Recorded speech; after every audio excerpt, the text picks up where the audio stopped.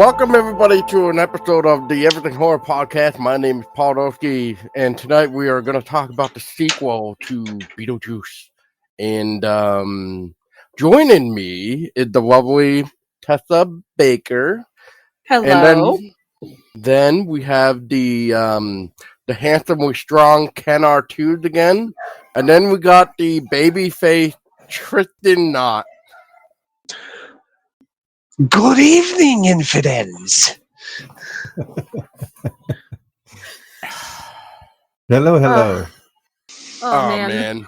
This is going to be a fun episode. I can already tell. Oh, it's going to be a blast. Oh, fucking A. Okay, is it going to be funnier than the Beetlejuice sequel? It probably will be. It probably will be. Anyways, I don't know if I want to start first, but I will at least say this. So Beetlejuice Beetlejuice is a 2024 film that came out. It was directed by Tim Burton, which I'm going to state for the record that Tim Burton has said before he would never make sequel to his movies. The writers were Alfred Goggs, Miles Miller, and Seth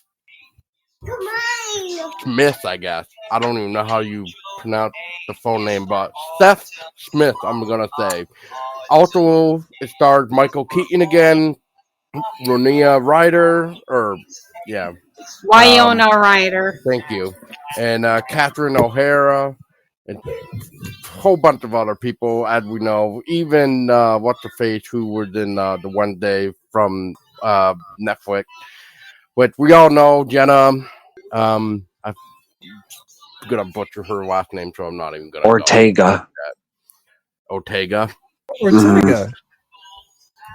So I guess for the time, Ken, we'll start you off. So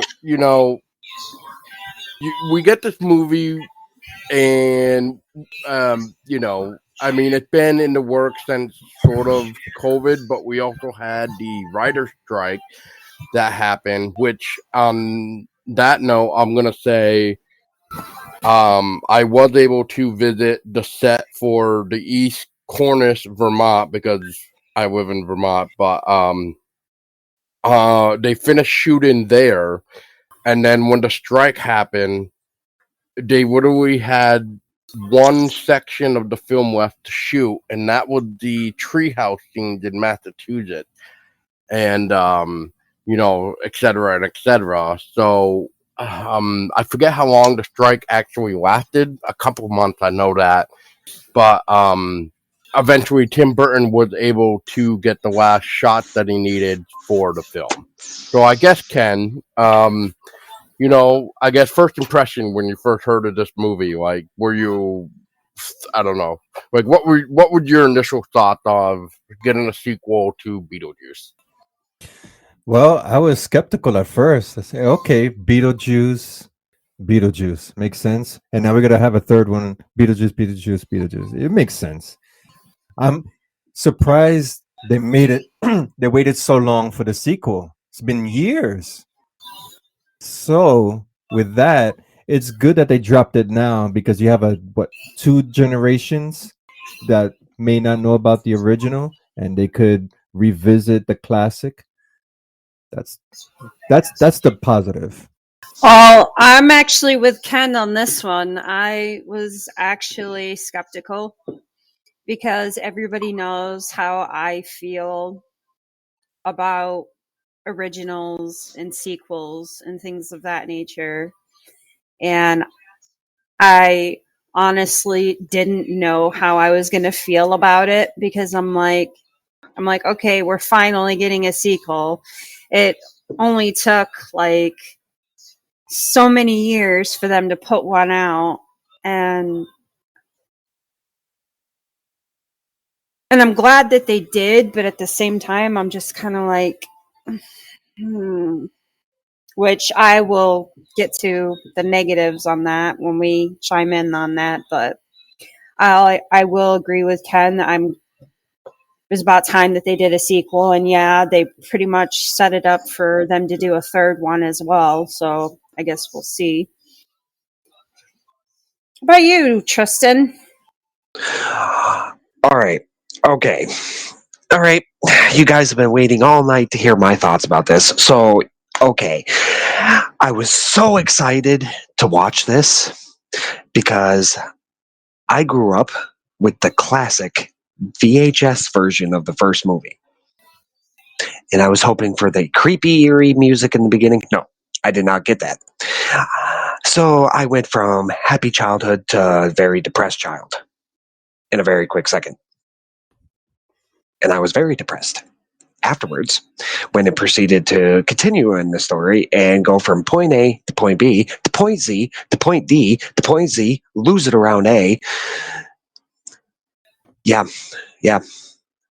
Um, I think the most intriguing part that got me, if you guys saw in the credits in the beginning, Brad Pitt was one of the co-producers of that movie.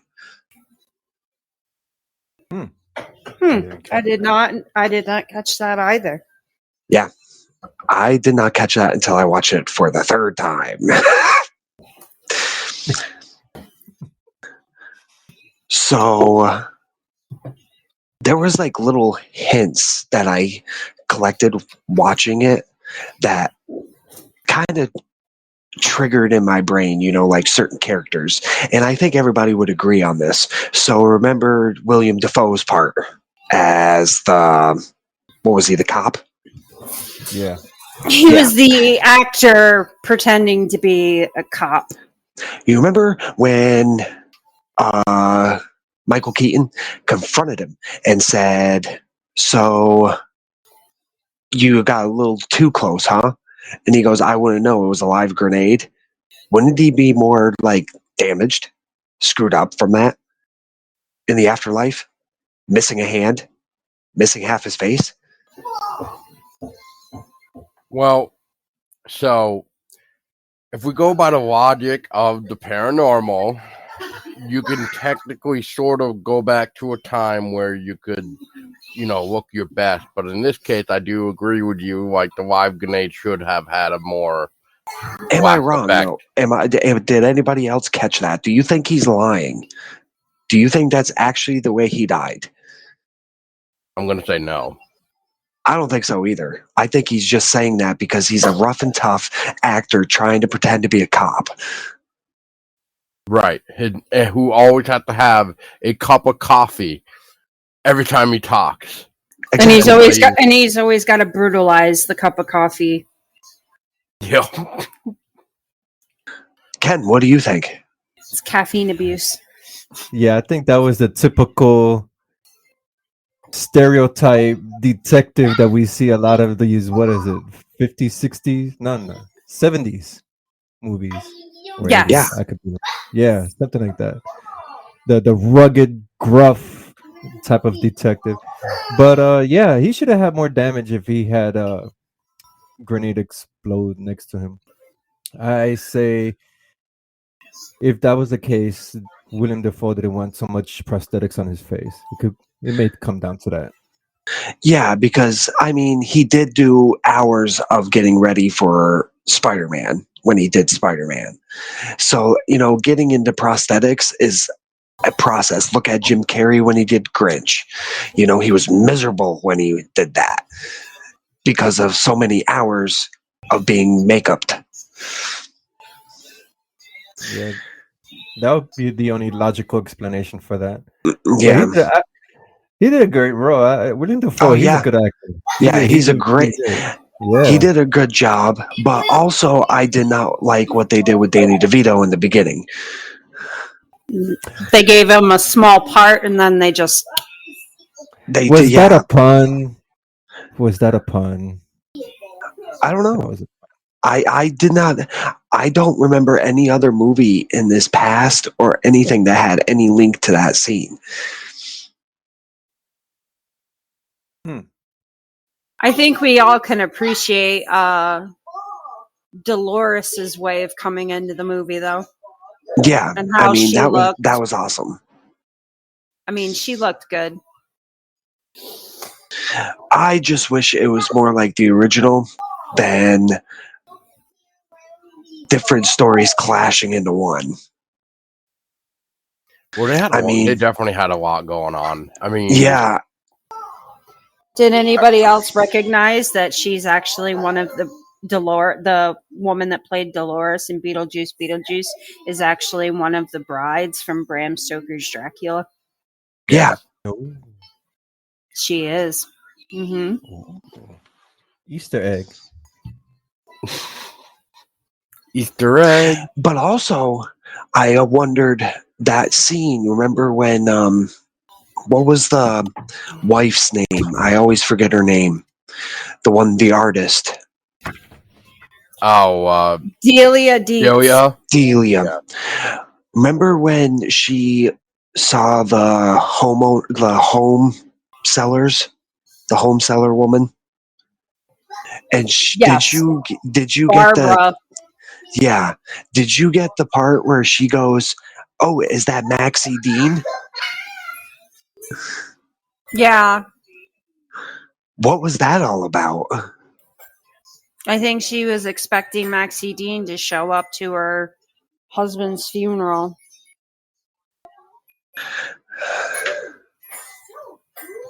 Yeah, that's sort of the way I kind of took it, especially with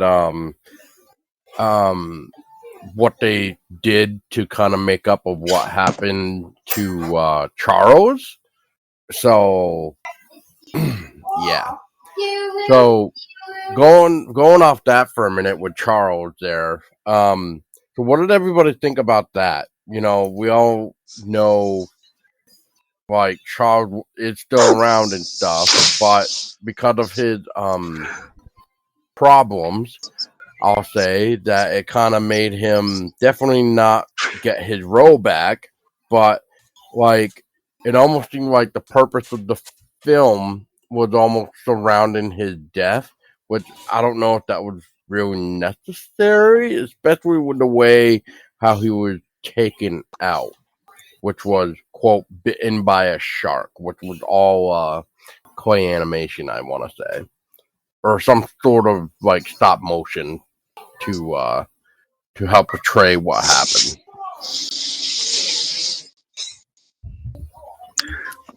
Oh, we're Yeah, talking but about the pedophile? yes. Yep. Jeffrey Jones, Yeah. I figured that was aka good. Charles Dietz. AKA sending inappropriate pictures to kids. That's right. AKA pedophile that needs to be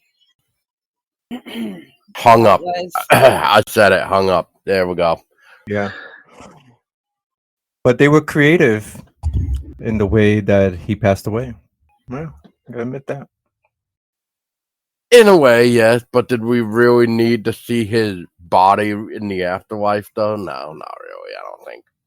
Their reasoning, what they said for why he isn't in Beetlejuice 2 Oh, he was. is, quote, because of Jones's legal problems. Well, look at Alec Baldwin. That's why Alec Baldwin wasn't in the movie. The movie yeah, find- he keeps shooting people. Yeah, Says- nobody wanted to get shot. No. They say the movie finds clever ways to make the character of Charles a key part of the story while avoiding the actor who originally portrayed him, presumably because of Jones's legal problems. Yeah. Yeah. I thought it was hilarious. What, that he would pretty No, much. bro, I was watching this movie and I thought that whole part when she was explaining his death was just nuts. Oh, Okay. Because he was coming back from a bird watching expedition. well, not just that, Delia's reaction. She was like, "Oh, your father left me. You and dad are getting divorced? No, your daddy passed away. He died." Like, what? Well, a why clever would you way. start off with something with that? A clever way would have been he would have died in a wood chipper.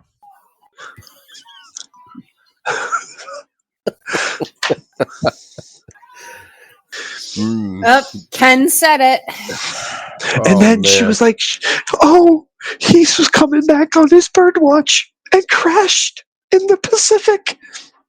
Oh, he drowned? No, he survived. Then what happened? Oh, he swam to a wing. A bunch of crew members saw him, and then he got eaten by a shark." Well, Like what? Like why? Why do they have to be eaten by a shark? Like Ken said, why can't we just throw them in a wood chipper? Why can't he be crushed by a tree? I'm gonna chime in and say apparently the shark didn't even like the taste of him. He didn't finish the job. Well, I mean, probably tastes like pure taint. Yeah, because look at his body. You don't need his head. Yeah. And he just squirted blood everywhere from his freaking spinal area. I died of laughter when they did the ceremony, and his headstone was a shark fin. Yeah, it was definitely a pun right there. It was totally making fun of it too. Like, oh, he died by a shark. Woe is me. All right, so I have a question for all you guys, and this is what your thoughts were on this. So, how do you think Lydia and her daughter both have this gift? I mean, it doesn't like it was it ever explained? No, I don't think it was ever explained, but it definitely ended up being something that was hereditary. But that also kind of makes something hereditary. Yeah, so it kind of makes me wonder. Then where did it stem from before? That's Lydia? what I mean. Because we never really knew her original mother in the films, besides when we got into the cartoons. So it must have been her mother. It had to be. It had to be from her mother's bloodline. Because it clearly wasn't Charles Dietz. No. Because it always stemmed in my mind. Like, how did they get this gift? That could be the third film. Something explaining that bloodline.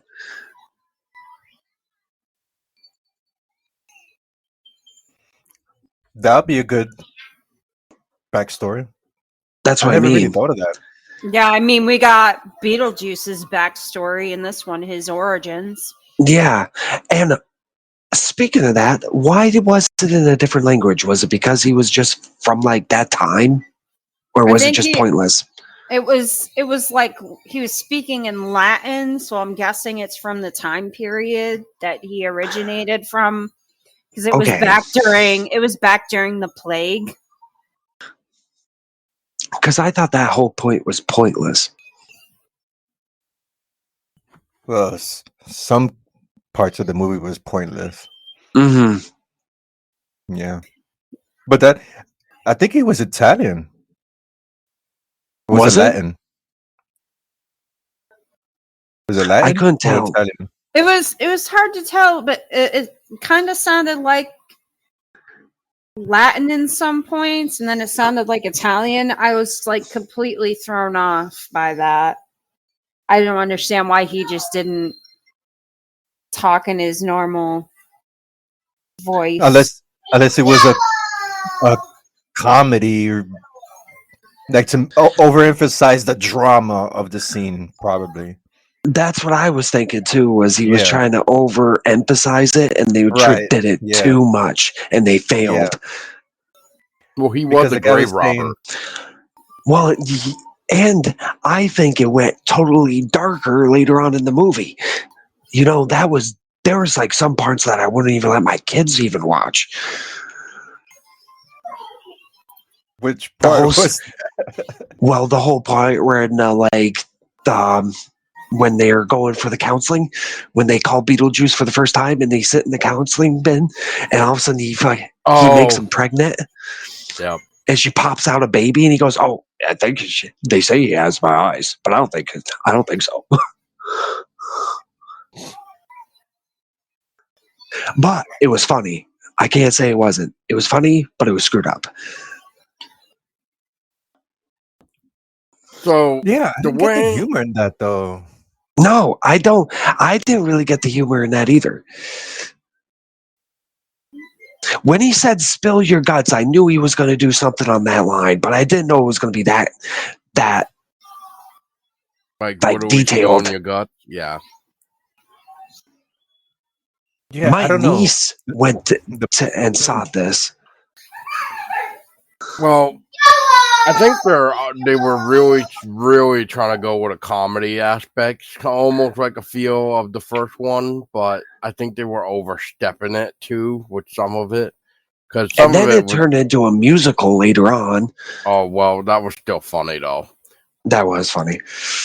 There was a musical? It was on Broadway. I mean, we got to the Soul Train part, I and must then we have get to the skipped that wedding. part. The wedding was funny. Something Wow. about a birthday cake and recipe that they'll never find again. I don't know why they used that song. That was a weird choice to pick. That was a weird choice. I think it I'm was just sure- for the matter of just filling in a little bit. Like they had to It use seemed what like they they had for ran out of ideas. But this is the thing. We've seen a lot of movies where the comedy is sarcasm. Seth Rogen does a lot of those. Mhm. So this is nothing. We haven't seen this before, and if they were trying to emulate the comedic element of the original, you're talking about two generations. It was funny back then. It's not going to be funny now.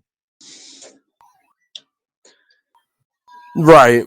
And I think they were also trying to grab the new audience as well by trying to give us some of that old generation laughter of the original to maybe have them go like, hey, I gotta go back and watch the first one, which I don't know if this generation will like that one per se, but I mean, it is what it is. I mean, I wish they would go back and watch it. But on the subject of the whole origin too, I just want to say, like, well, it's interesting that he was a grave robber, and that is how he met Monica's character. And you know, it's actually interesting to see, like, you know, she was trying to get everything out of Dolores is her name. Dolores, yeah, of trying to fulfill what she needed, which was his.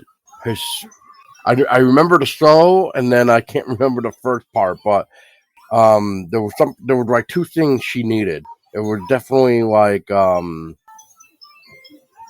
what was it? His money, or not money, but it was like him and his soul afterward, and then it would like complete the ritual, which is the reason why she came back in this movie anyway, was because she still had revenge, and she still wanted to get what she wanted even when she was still alive. Yeah, because she is part of the soul sucking death cult. Yeah, that one. So, all right. So, speaking of her, do you know she was in the first movie? well, yeah. Her finger, right? Yeah, in Beetlejuice's, they pulled out of Beetlejuice's pocket or whatever at the end. He says, "Tell you she meant nothing to me, nothing at all." How did that finger get back into the box if he had it? He probably put it in the box because, as I don't we know. all know,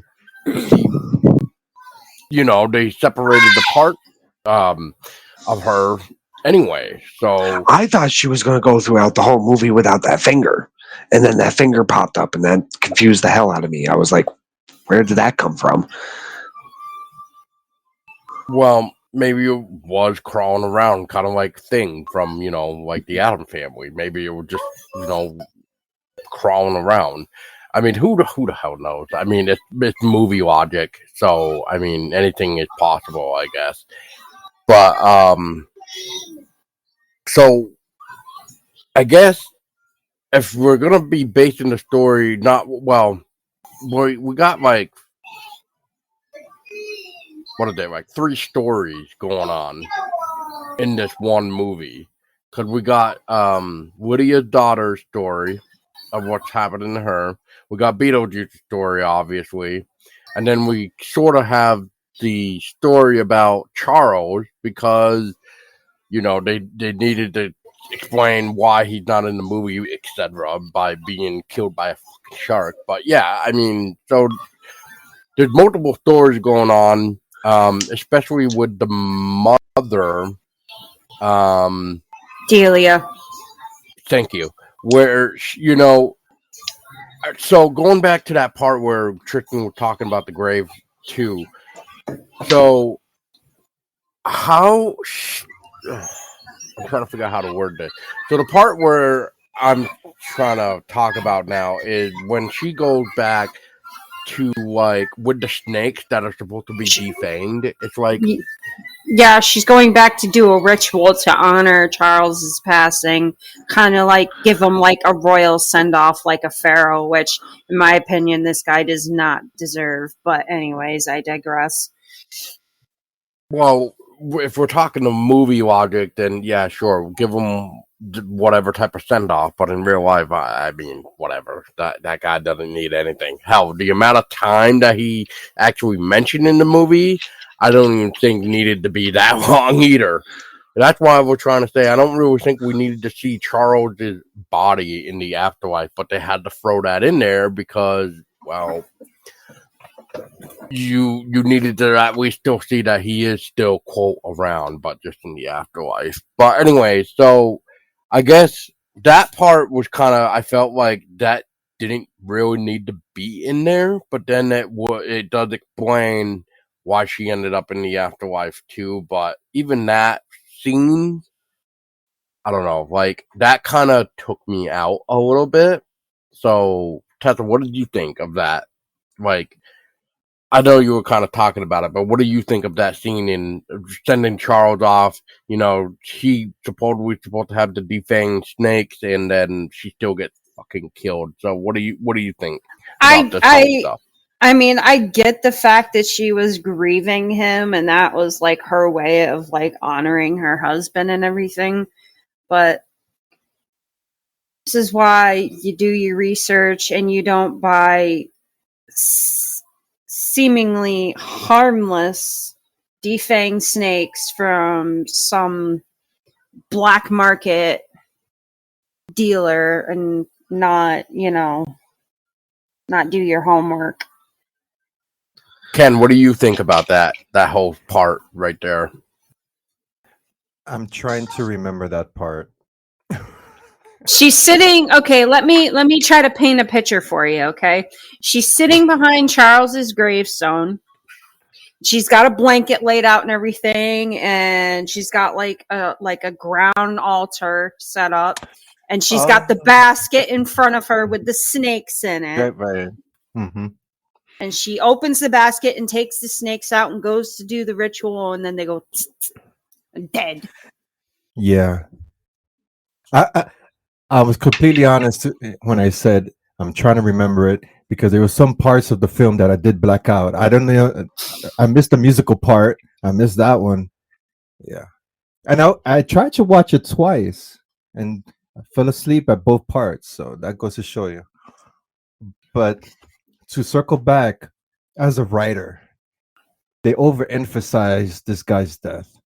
They could have just, when she was in the gallery, mention it, passing, that's it. Yeah. And that would have been fine. They didn't have to like What? Okay. How valuable was his character in the third act? What did he do in the story to help them? Nothing. Nothing. nothing. Did he fight Beetlejuice? Did he help them get out of a predicament? No, that was Astrid's father. Right. He was useless. Why have him there? Useless character. I think he was just pointless to even put in the. They could have just wrote him out. They didn't Right. really need him in the movie at all.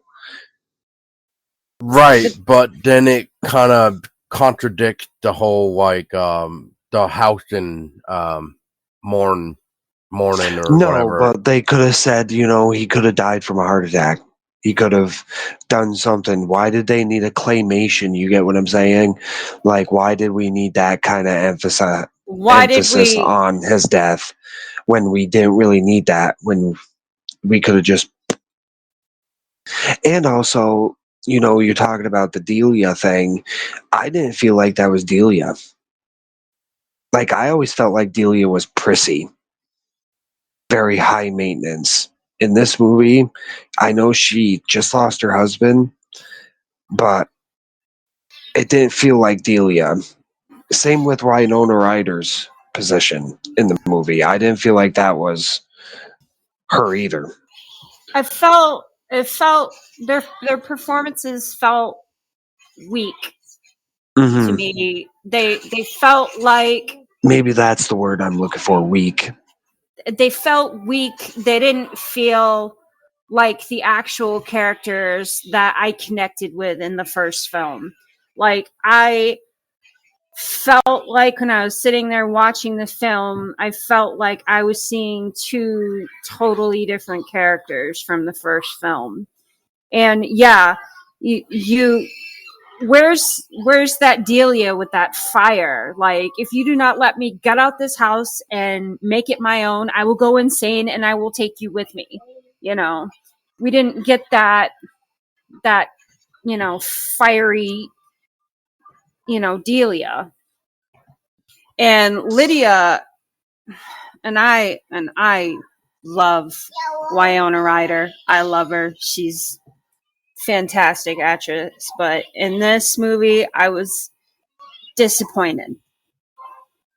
I was truly disappointed. I mean, I love the fact that she pretty much kept her overall look, but as far as her performance goes, as portraying her character, I felt like she could have given us more.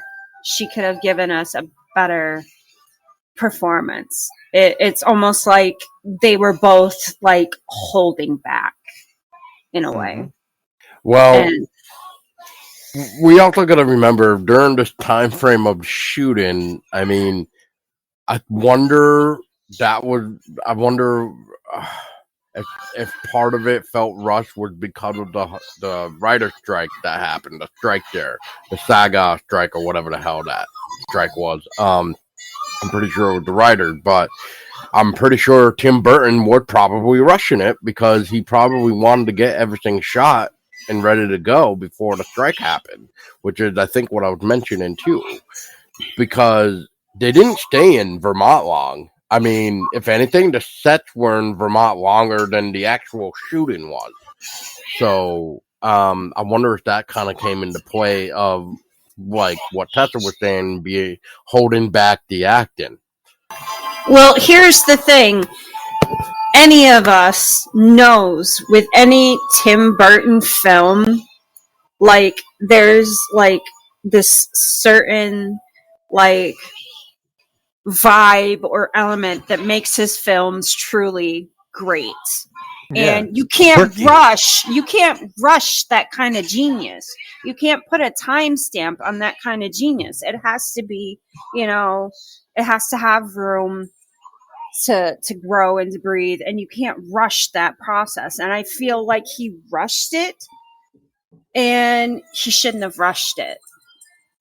Like, he should have taken more time on the film. I understand the whole strike and everything, but it's like one of those things. Well, if we have to like postpone production or put it off for a little while until this strike is over, then so be it. But I want this film to be everything that it should be, and more. And I don't know. I don't like it when people have to like rush to make a film or something like that. And wasn't some of the film being filmed during COVID too? And they stopped, and then they started back up right before the strike happened, I believe. Yeah, it just seemed like there was like so much that so many things that affected this film. I believe I'm right, because they made some of the scenes during COVID, and then when they made some of the scenes during COVID, they had everybody like away from the scenes, like about like 60 like feet away, kind of ordeal.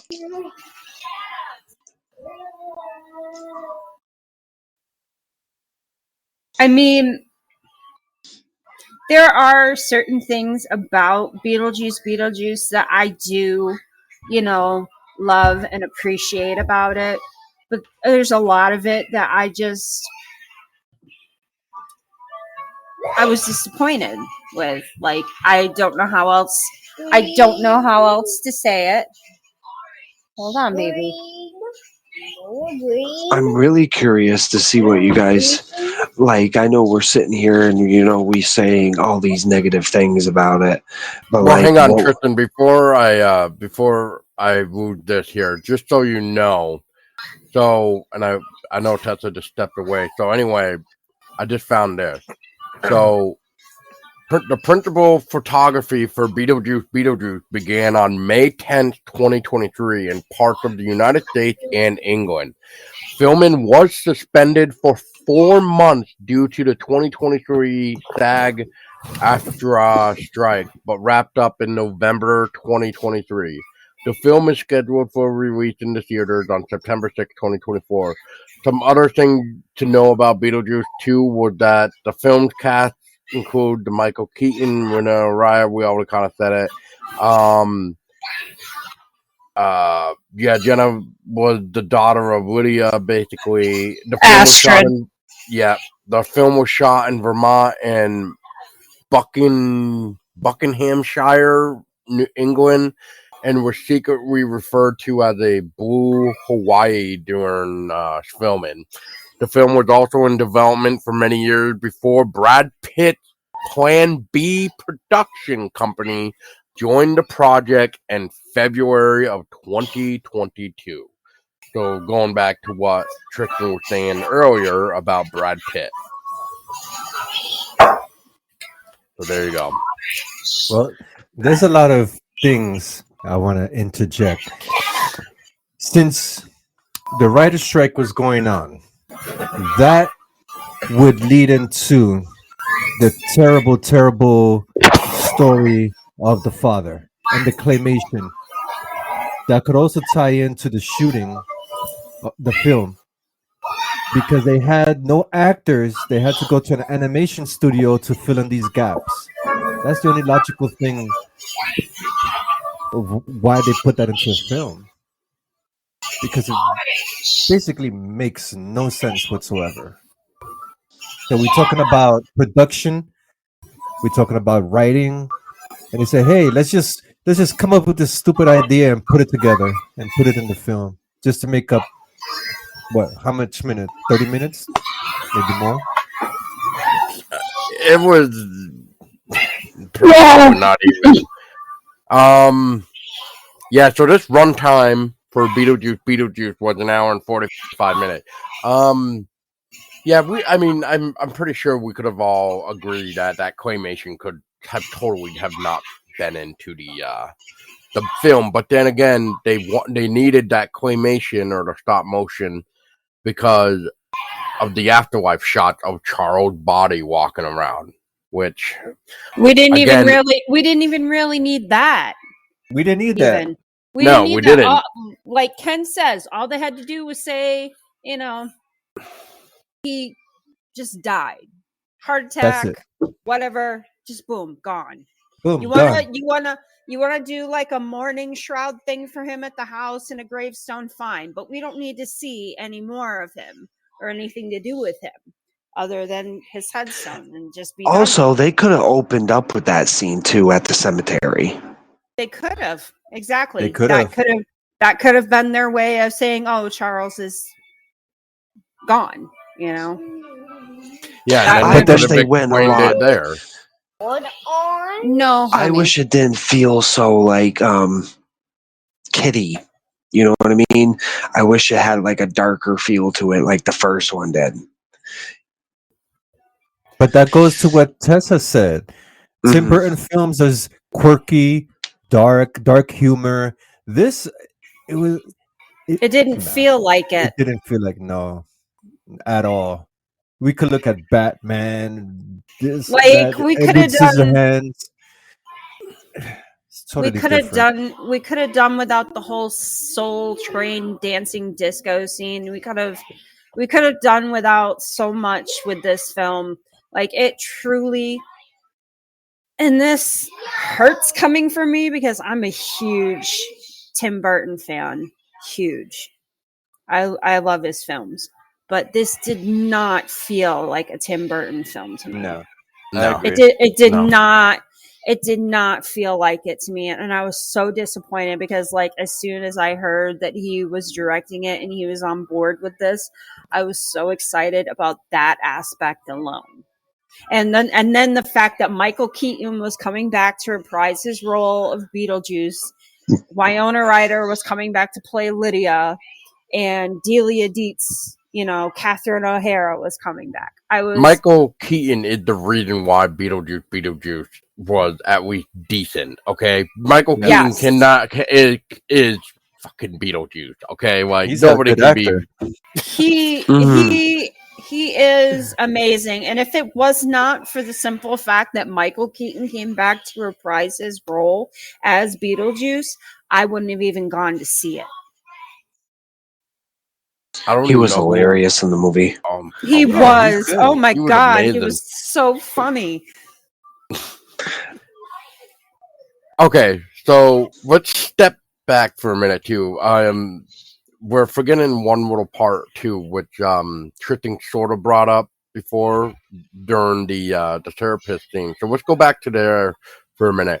So not only did we see Beetlejuice kind of spill his guts out too and make Lydia pregnant and birth, but in a way gave birth to like a fucking baby Beetlejuice in a way. So like, what do you guys think of the little baby Beetlejuice thing that was crawling around and biting ankles and shit and crawling up walls? That was interesting. It's And okay. I also thought it, and then I say interesting for simple fact that not only did he impregnate Lydia with the baby, but then at the end, Astrid pops it out. So I'm like, what the fuck is going on here? Like, I think when Astrid popped it out, well, that was more hilarious just because of the whole climbing onto the ceiling, going to the window where the nurses were and stuff like that. That whole shit was just kind of funny. But other than that, again, I will say I don't really think we really needed that. But I will say for the record, that part is the only part that sort of got ruined for me because of NECA posting about it. Because NECA is doing a figure for that baby Beetlejuice, and of course they had to make a post about it the day of the Beetlejuice release. So why they had to do that? Why they couldn't have waited? I don't know, a week for the announcement. But they had to do that, and unfortunately, I went online, and when I did, that was the post that showed up, and that sort of ruined it for that part for me. Like, oh, great! Now I'm gonna be expecting this baby Beetlejuice, I guess. did And anybody notice Barbara's and her husband's car in the river in the model? yeah, Like, Mhm. I yeah, did see that. I thought that was interesting how that was kind of added to the model. There was a lot of interesting Easter eggs that they had in it. The statue at the university that Astrid was at. Yeah, the Dietz Art Institute. And I also, will. Sorry, go ahead. you know how all the trees in the movie looked real? Mm-hmm. But when you got to the boy's house, that was more like a Tim Burton tree. You're talking the treehouse. Yeah, the supposedly fort. Yeah, the treehouse was the prop or whatever you want to call it. That was the actual like prop, and I only know that because I've seen pictures from people who literally were going to each. I'm gonna call it the film location. So people found that Beetlejuice scene in Massachusetts, and of course they started taking pictures of it. Like it got so bad that that the film crew, right before they had to stop and leave, they actually left all that.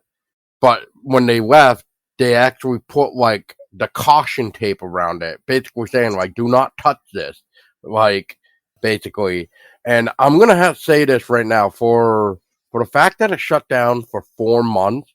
Like I remember when I was watching that scene when Lydia's daughter left the house on the bicycle, and you walked her bike to the kid's house. I was actually awed of the editing just because I knew that we were in Vermont and a few scenes, and then I almost knew exactly when it was Massachusetts. But the way the editing was, it was almost like they never left, which was very nice and very smooth. But I will agree with you, Tristan. Yeah, that did look like a Tim Burton tree, but that was because that was the the prop, the that word that I'm trying to think of right now. A tree? Yes. It was also considered to be the boy's place of death where he died. Yes, because he fell. Yeah. And if everybody's smart and thought about the first one, when Astrid went into his room and goes, "Oh, the book for the recently deceased." All right, he's dead. She didn't know that though. No, but only did anybody else know? Did you guys catch on to that, or was it like something that nobody? I already had an inkling about this guy when Astrid first met him, but when she got up to his room and there was the handbook of the recently deceased, I was like, yep, he's definitely dead. And then when we actually got the story on this kid of actually how he died and blah blah blah and what happened to his parents and everything, yeah. I was like, oh yeah, this just reaffirms what I was thinking about this guy anyways. I thought, oh, he's going to pretend to be like this nice, sweet boy, but in truth, he's something far more sinister, and, he's going to end up being like the bad in Astrid's story. Sure enough, he was. Yep. Which, again, people were predicting that she was going to, quote, die, and that was going to be part of the story, too. But I will say, people actually thought the wake and stuff and why the house was in mourning was because of Astrid's death, not because of Charles. So, if anything, if we reversed it, I'll just say, and let's just say the house was in mourning because of Astrid, I would say that would have been better.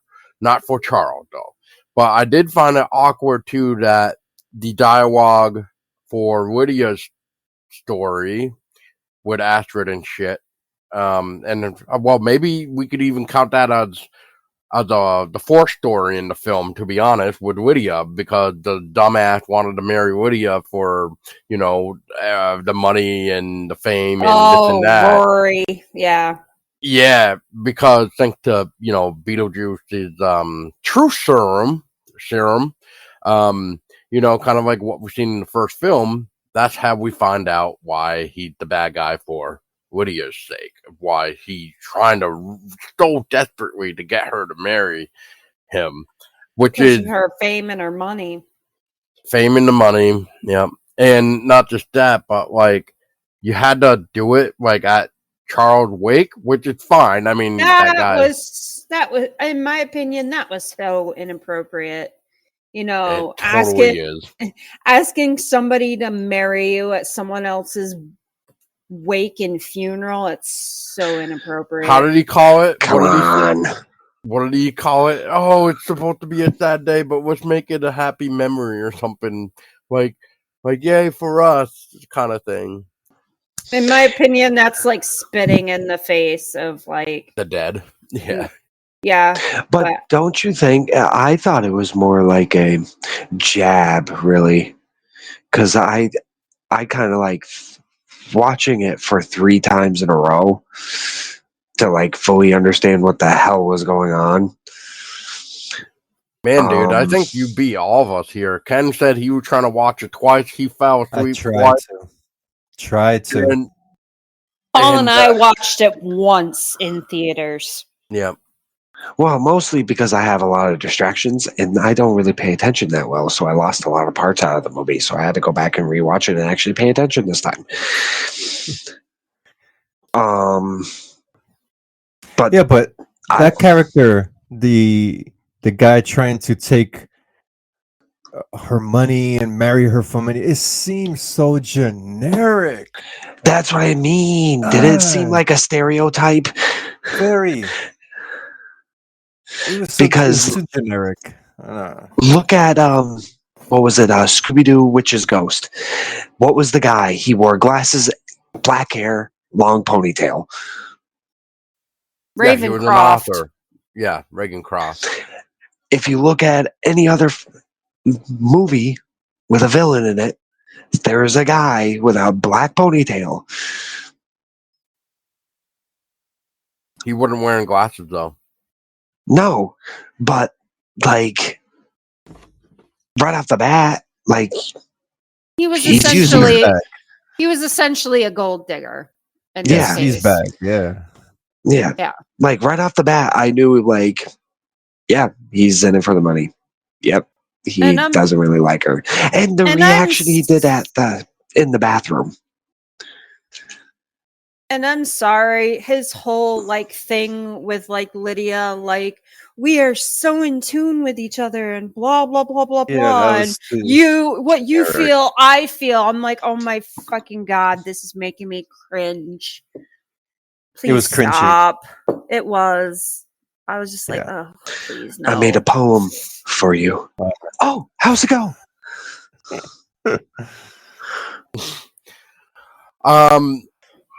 Yeah, I mean, again, the writing was terrible.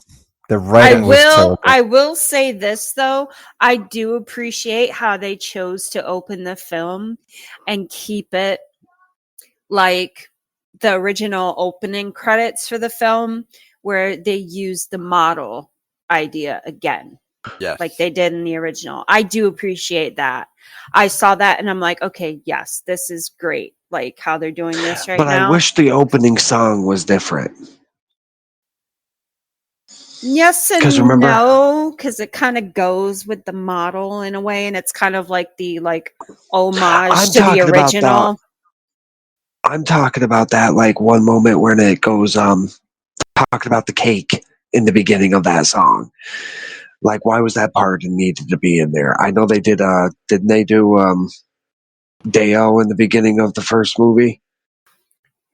They did Deo at the dinner scene in the first movie. That would like. And then they chose Deo as the morning song for Charles's funeral, sung by it's like that's That's not an appropriate song for this kind of setting, especially sung by little choir boys. Thank you. No. Somebody brought it up. No. No, so inappropriate. Somebody had to bring it up and put that in my brain now, because now that's all I could get out of my brain. I wasn't even thinking about that until you fuckers decided to say it. I'm like sitting there, and I don't even have to say anything. I'm sitting there, and all I'm thinking is, why? Why did you have to do that? Why did they agree to it? It's like Those it's poor useless. children, was- when they grow up and they learn. Yeah. Or maybe they already do, but they understand like it's just for the movie. I mean, we're talking Hollywood. I mean, they corrupt children as it is. I mean, That's another cringe moment for me.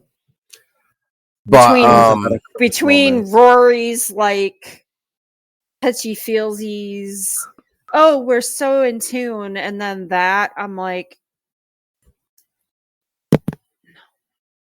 well, one thing that we're all forgetting to, a couple things that we can go back to real quick, is so when Beetlejuice finds out that his rival is back, put together because all the boxes are ruined. the ex-wife.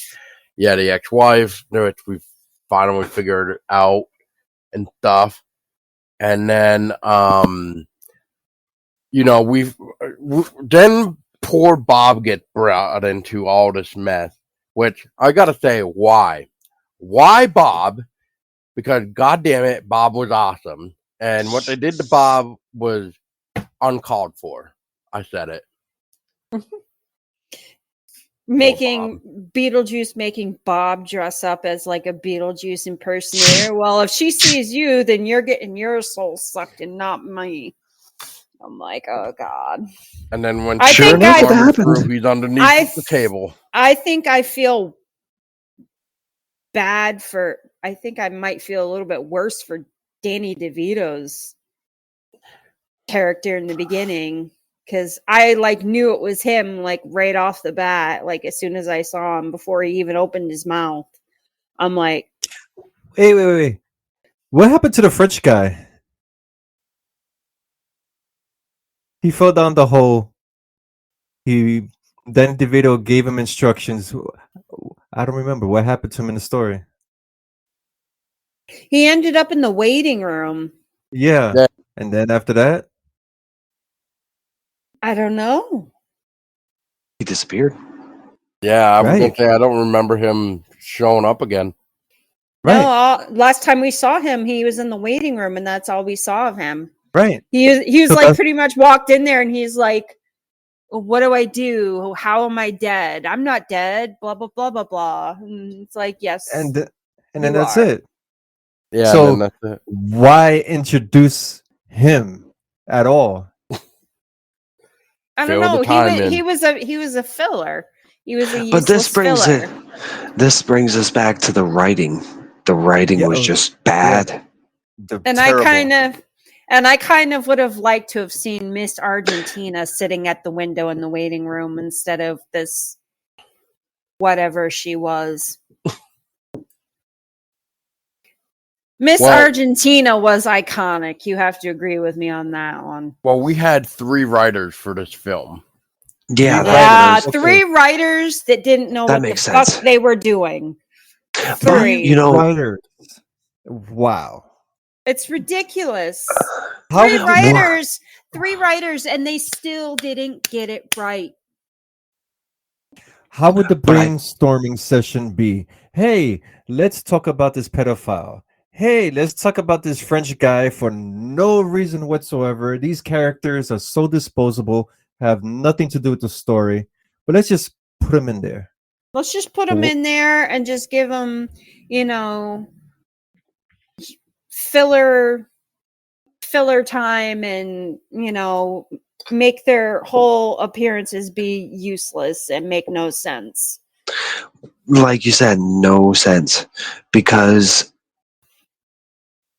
there's a part in there where it's right in the beginning, and then she's talking, and then she does that video, and then she sees Beetlejuice, and then she sees that other girl that's dead. Who's that other girl? Like they have all these. That's supposed to show that she could see dead people. Yeah. Like we already know she. Like why did that part need to be in there when we already know she can see dead people? I don't think she. Again, that part of the story of how she wasn't a believer, and because she saw her own mother was just making all this BS up, and I think she's kind of meant we're trying to go toward or lean toward like her being like an ego kind of thing because of the show, but she always thought her mom was just weird because of I think she got. I think she got her abilities from running into that tree. I think it actually did something that like kickstarted because why did it all of a sudden happen there? I think Paul is getting attacked by a Ryder. little furry monster there. Yeah, Ryder.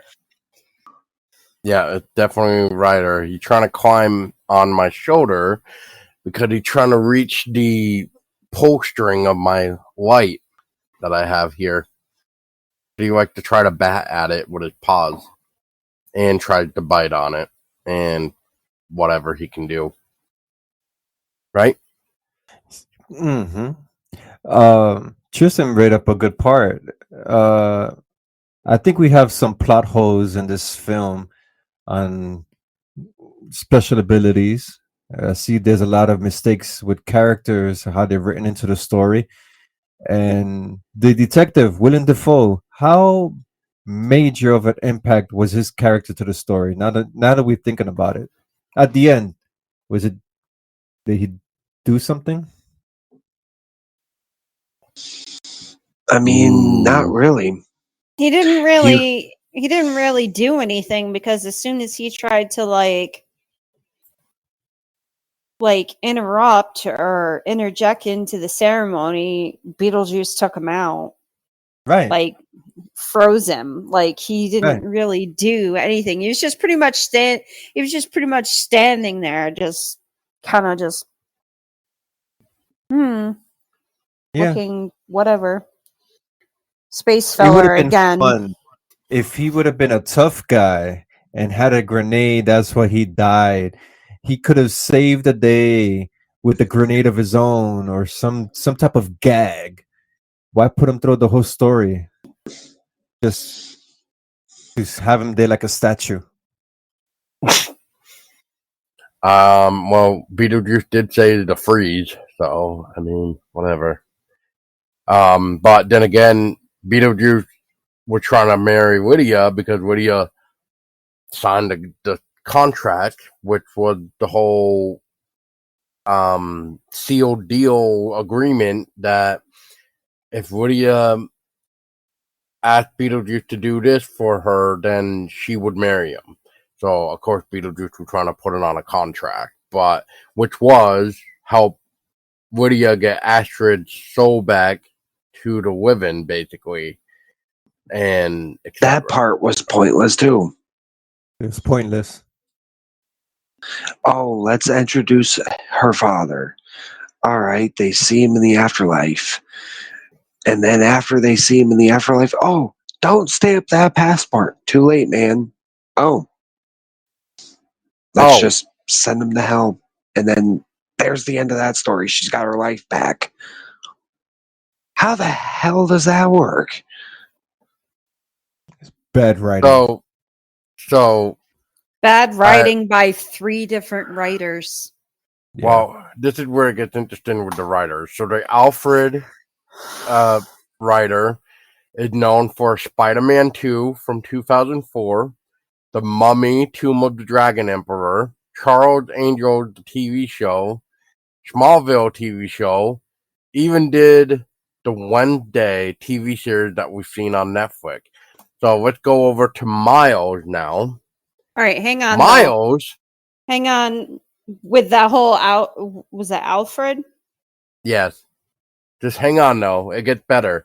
So the next one is Miles Miller, because I don't know Alfred Ghost or something. I don't know how you pronounce Alfred's last name, so I apologize. So, but anyway, this is where it gets interesting. Miles is from Spider-Man 2, The Mummy, Tomb of the Dragon Emperor, Charles Angels, Smallville, and Wednesday. Now, the last writer, which is who I call Seth Smith, because I don't know if they're trying to say Seth Grammy Smith. Anyway, I'm just going to say Seth here is known for Dark Shadows 2012, like the Dark Shadows we all know. He also did the movie Abraham Lincoln Vampire Hunter. He also did a movie called The Pride and Prejudice in Zombies. Pride and Prejudice. Yes. And he did the R.L. Stein's Just Beyond series for Disney Plus. So it sounds like the third writer, Seth, actually should be part of the Tim Burton team. And the other two, I can see where William Dafoe comes in, because William Dafoe was in the Spider-Man as the Green Goblin, so I'm guessing it was their idea to have him put in it. But who knows what happened behind the scenes too? You know, these writers could have made separate scripts, and then he could have just jammed them all into one. Sounds like what happened. That's what happened. 3 different ideas all meshed together. Because it seemed like an anthology more than anything. That's what I mean. That's what I'm saying. What it like, felt like. There were definitely a lot of stories going on. Here's a parallel. Everyone has. Have you guys ever gone to those frozen yogurt places? Yes. Mm-hmm. And these have 3 different flavors. Ooh, let me try this one, this one, and this one. Because in your mind, you think all these flavors is going to taste great together. And you put all these toppings on. And when you eat it, like, damn, this shit tastes nasty. That's what they did. Mm-hmm. Yeah. That's what I thought about my date last weekend. Wait, did I say that out? I didn't mean to. Did you have like a coyote kind of? Listen, we do not talk about it.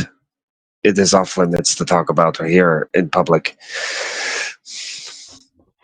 All right, this is where the funny comes out. This movie was pure funniness. All right, Did you want to gnaw your arm off in the morning? I literally wanted to gouge my eyes out with a rusty spoon throughout this whole movie, but I tortured through it 3 times. You want to know why I tortured through it? How you do it? I don't do you want to know why? You did it. Do you know why? It's called Mary, J, and Juana. All right.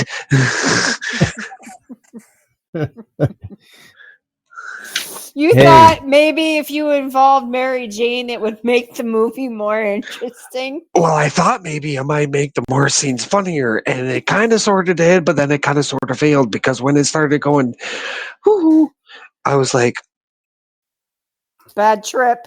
It's a bad trip. It wasn't tripping. I was just really baked. I don't think any narcotic or alcohol would help common sense reason with this film. No, that's Ken just took the words right out of my mouth, because later on I knew it was a bad idea, because when I started laughing at the part when all of a sudden the baby popped out, I knew there was something wrong. They tried too hard to make a comedy, just like how they did with the female Ghostbusters movie. They tried too hard.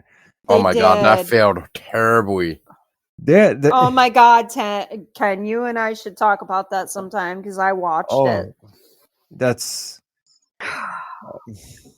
Future episode, possibly. Stay tuned. And now we gotta have part 3 of this. Really? Yes. Do we really need What it? more could they possibly do? What more damage can they Yeah, possibly do? Well, does it exactly. like we go back to talking about the writing, the writing, the writing? These are fillers. These are fillers. But the ending. All right. So, well, first of all, before we even talk about the ending, why don't we talk about the wedding scene? Oh my The god. death. The fucking worm. The worm comes out. The anal The worm. The sandworm. Sandworm. Yeah. The oral worm. That's what I call it because it Oh my protrudes God. from the mouth. All right. That's what they are. All right. They might live in the sand, but they're oral worms. Okay. Speaking of the sandworms, I almost felt like seeing the sandworm part was way too short. Because wasn't it longer in the original film? Like a little bit No. longer, maybe? A little bit more. There was like a little bit more involvement in the first film with them. Like I don't know. Yeah, I don't know. I just felt like this was just they kind of just didn't do much with the sandworm this time. Like they did, but they didn't. I like besides the ending, we see when Lydia and Astrid are in there right before Astrid's father comes and rescues them. But that's like really about it, I would say. But I mean, I almost felt like we saw more in the original of the sandworms, especially the I'm just gonna call it the realm or that of the sandworm. Saturn. Saturn. Yeah. So I don't know. I mean, yes and no. And the fact that they did include the draw a door in this film to some extent, and then they turned around and had Beetlejuice draw a bomb, Yes. kind of blow up the wall. Oh my god, that was probably one of the favorite parts. It's like, oh yeah, boom. I love that part though because I love that afterwards when Bob goes, "Everybody gets back to work," and then also all the shrunken heads look past them and then run through the exit. Run through the exit. Yep.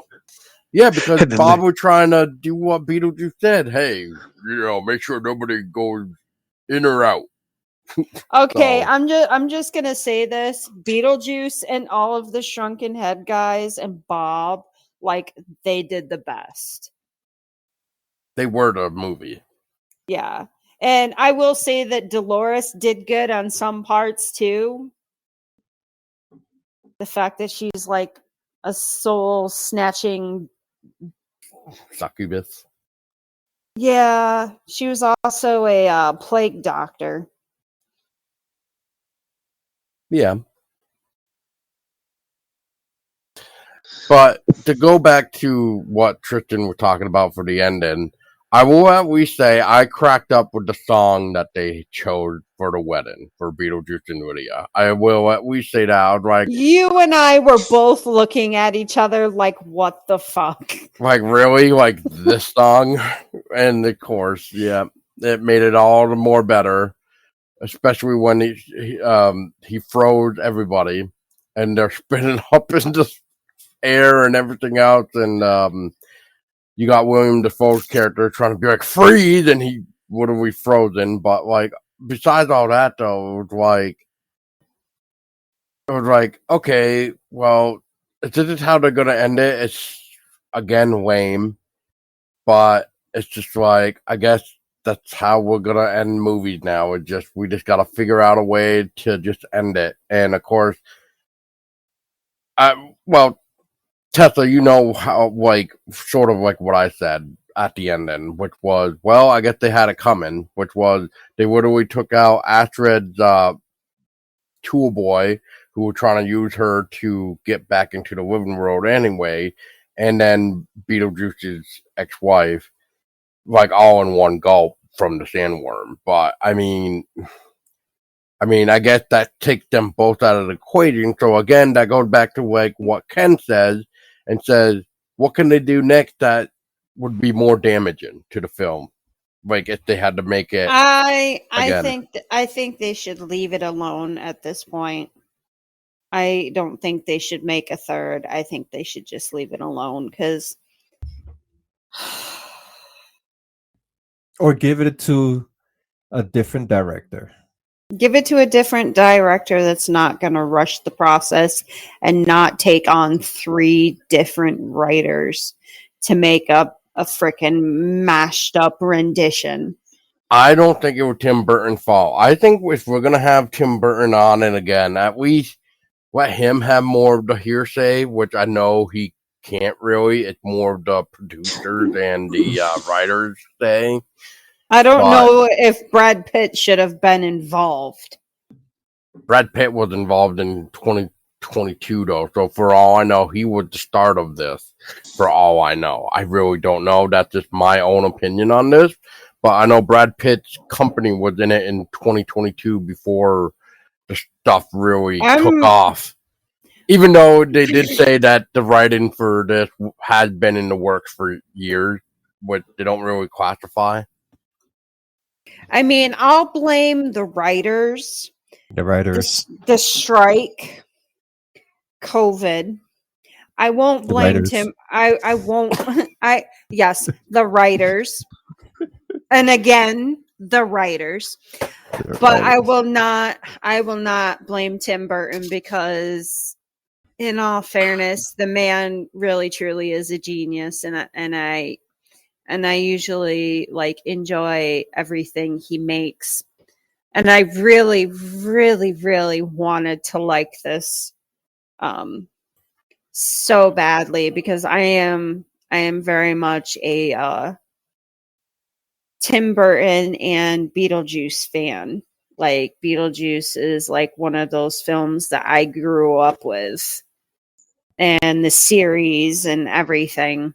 So it's kind of a little bit of a letdown for the sequel because I just was hoping for it to be so much more than what it was, and pretty much the only thing that really saved it was Michael Keaton And the Shrunken Heads. and well, I know the Shrunken Heads, but I mean like as far as like big name actors go, Michael Keaton is definitely like.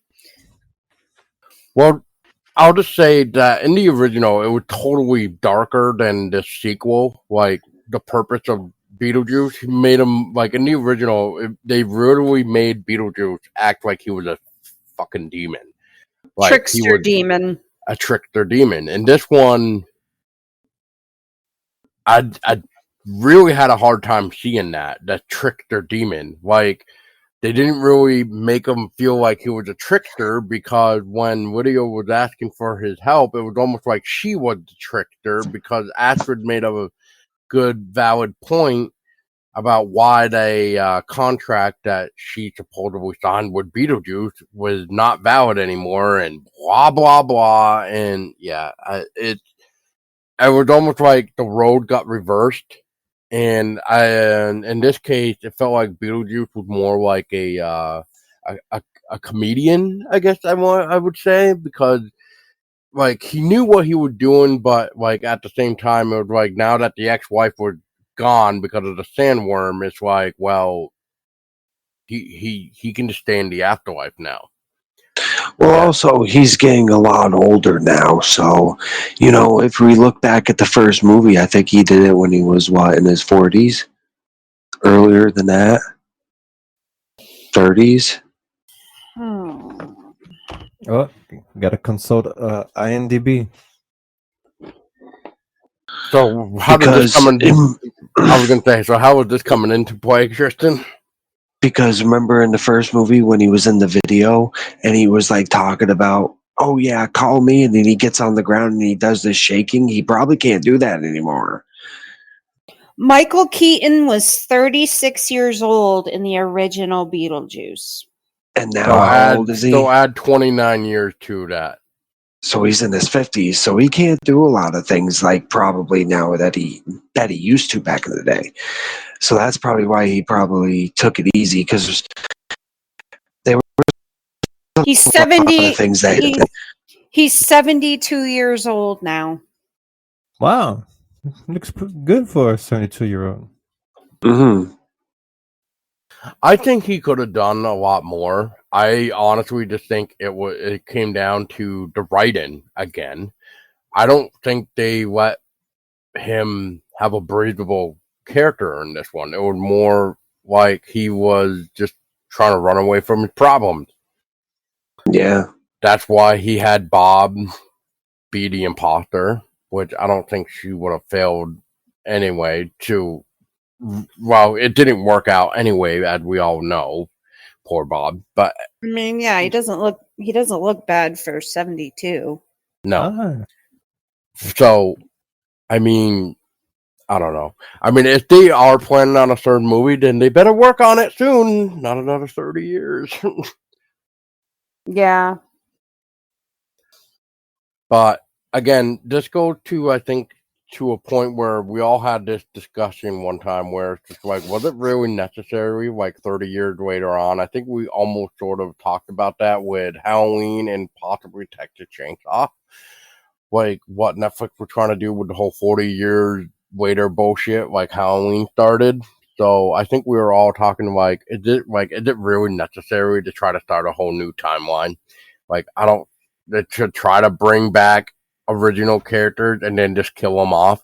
Kind of like what they did with the Texas Chainsaw Massacre one for Netflix. They literally brought back the original final girl from Texas Chainsaw, and then we literally just took her out like she was just a weakling. Like, yeah, I don't know. I'm starting to feel like definitely the writing is becoming very bad as time progresses, especially with an old film like this. If they can't seem to make something work, then don't do it. I mean, it's already bad enough. We're gonna be getting Hocus Pocus 3. I forget the actual title thing that I saw, but something about It's pretty much going to be the origin story of the sisters of the Sanderson something whatever. But yeah, we're gonna be seeing that, but it's like, it really is that necessary?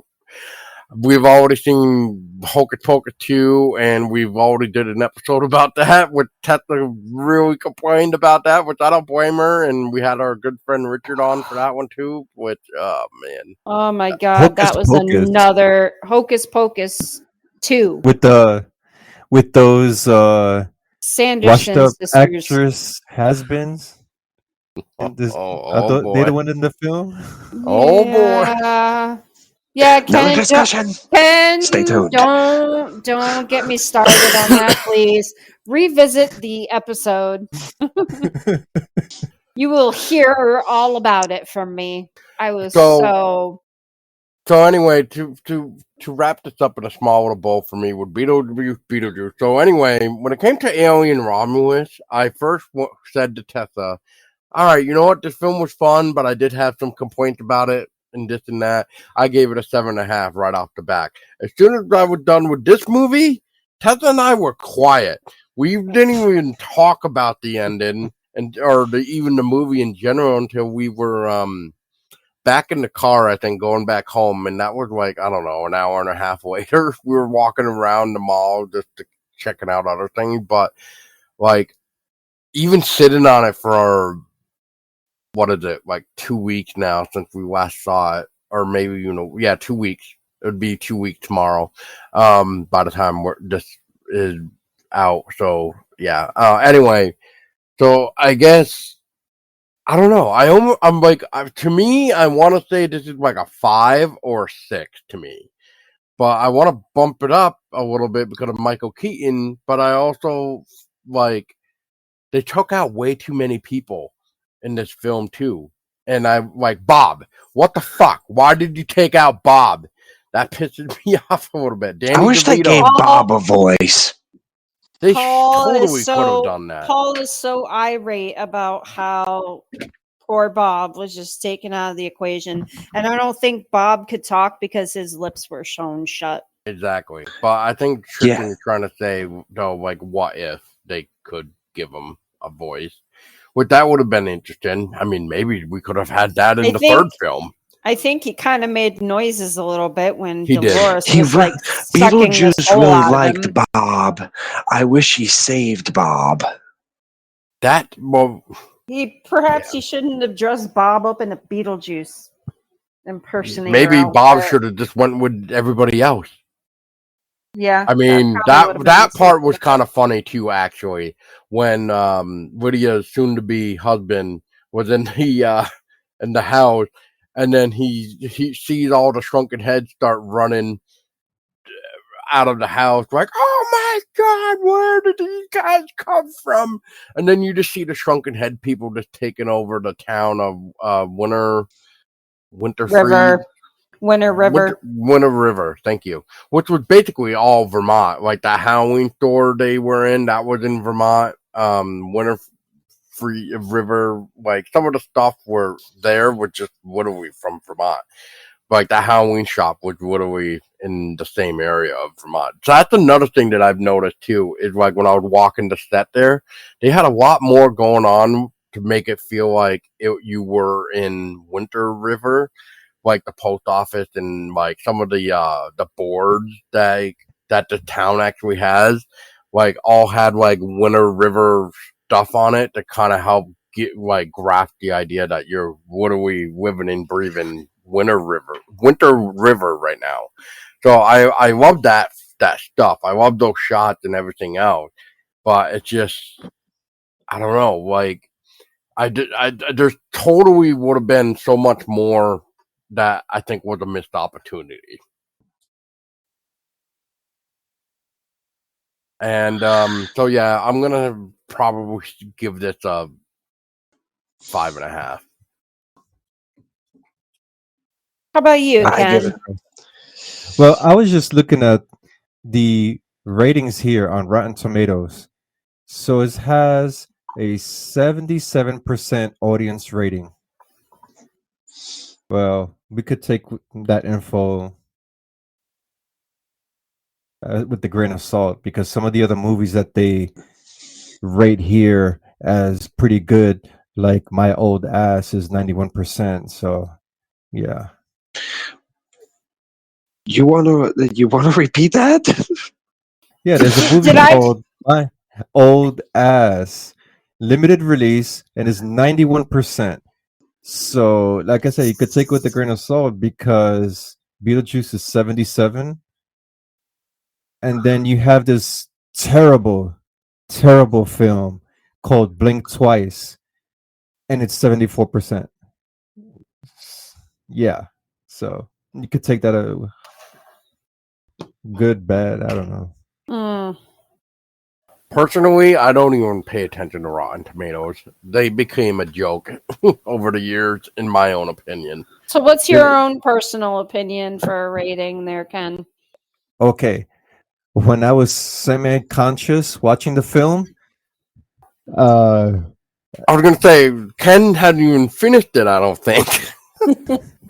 For what you saw, what would you for rate? what I saw, it could have been better. It was a good nostalgic film. It was entertaining. There was nothing woke about it. It was pretty good. It's okay. So I'll give it a 5 too. Yeah. Not great, not bad. It's okay. Who's next? Tristan. I have to sit here and think about it because I'm torn. Because I want to give it a 3.5, but I also want to give it a 4.5 because it was good to an extent, but then I got kerfuffled. So I'd have to say 4.5. And the only reason I say 4.5 is Michael Keaton's part and the comedic. some parts that were pretty funny. But Okay.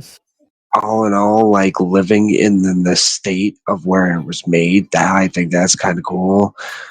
But there's a lot of ideas that they could have done better. Definitely with 3 writers, it's hard, but I could have sat down and made something. You know that, Paul. I'll do it up and send it to Hollywood. Maybe you'll be the next one, man. So, anyway, Tessa, your final thought to this sequel here. And for everybody knows, I did do the math. If the first one did come out in 1995, we're looking at a 29-year difference. Yeah. So almost 3 decades.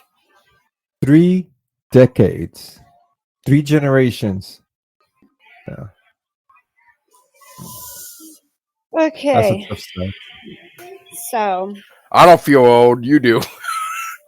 No, it's a tough sell because the film is so nostalgic, and you're going to reintroduce it 3 generations later. That's a hard sell. That was a risk. that was a big risk. Very big one that failed. Tessa. okay, so with Michael Keaton being brought back as Beetlejuice, he did great. He's fantastic. I loved everything he did. I would have been happier with the film had Lydia done better, Had her aka fire. Winona Ryder. Yeah. And Delia Dietz had her fire, and everybody wasn't so absorbed with the pedos freaking funeral. I like the fact that they went back to Winter River and that several of Winter River's elements were resurfaced, and the fact that they used the house again and used the model in the opening credits and the main theme song and all of that, taking that into consideration.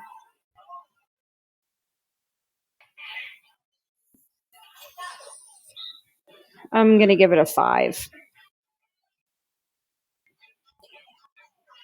And that's hard for me considering the fact that I wanted to give it more because it being a Tim Burton film and Michael Keaton being in it and several of the original actors, the original cast came back, like Delia and Lydia and Michael Keaton, Beetlejuice and stuff like that. But it's the fact that they brought on 3 writers was extremely stupid. And they didn't need that many writers. And like Tristan and everybody said, it kind of felt like an anthology, and it wasn't necessary. It's not supposed to be an anthology. Well, all right. Well, there you go, everybody. a 5 it is. It sounds like 5 is going to be the highest number. Tristan, however, was a 4.5, so he's the lowest. I think I might have been the highest, 5.5. I think, or unless Ken, you agreed on that one. I know you said 5. No, Ken and I said 5. You're not all right. Well, I guess that was the highest. I guess whatever. I only say a half because there was some part that was funny to me, and it's good that a film like that still had some funny element. And I mean, for me, it's hard for me to even get scared nowadays. But the fact that you had stupid stupid puns and shit. I mean, you might as well enjoy it. I mean, I didn't really go into it like looking to enjoy it. I was mainly looking at it as trying to just see what they could do, and I was disappointed. And then at the same time, some of the stuff that Beetlejuice said and stuff made me realize how much I love Beetlejuice, especially if we do end up talking about the cartoon series. Like, there's a lot of stuff like the cartoon that made me really appreciate the relationship between Beetlejuice and Lydia, even in the cartoon series. Like the relationship those two even had. But otherwise, all in all, yeah, I mean, there was a lot of things. Well, if you think about it, we actually didn't rate it too terrible. If we do it like out of 10, we pretty much gave it like an average rating. Yeah. It wasn't a total fucking disaster, but it definitely could have done better. And like I said, Michael Keaton totally just stole it. He was the show. Yeah. It could have been a disaster like The Crow. If they casted we don't talk about that movie, Ken. if they had casted somebody else other than Michael Keaton for Beetlejuice, I would have been like, no fucking way. No, I'm not going to see it. Michael Keaton is Beetlejuice. Yep. Yeah. Michael Keaton is Batman too. But they had to make another Crow movie, and that one hurts. Because I love the original. All about it after this episode. I love the original Crow, so yeah. Everybody loved the original Crow. Is it? You know what it is? You have hardcore fans of Beetlejuice, and they were expecting something more. But it is what it is. It wasn't a total clusterfuck. It was good. Hey, I mean, Tessa and I ended up getting our own little popcorn bucket, so whatever. That's where the half comes from. 5.5. The half comes to the bucket. That's right. I got the Beetlejuice Tombstone popcorn bucket, and Tessa had the the book of the recently deceased. Yeah, there we go. Yeah, so I mean, there's the win right there. There you go. All right, so before we start beating this episode up like a dead horse that doesn't need to get beat up anymore, I'll just say thank you for listening. And if you made it this far, I don't know why, but good job nonetheless. And I hope you enjoyed our little chit chat. Comment below for more. And remember, I was joined by Tessa Baker.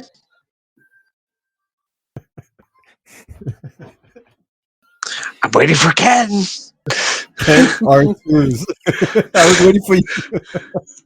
I figured that. All right. I don't think I need any more introduction. My name is Tristan O'Neill. Y'all all have a good night.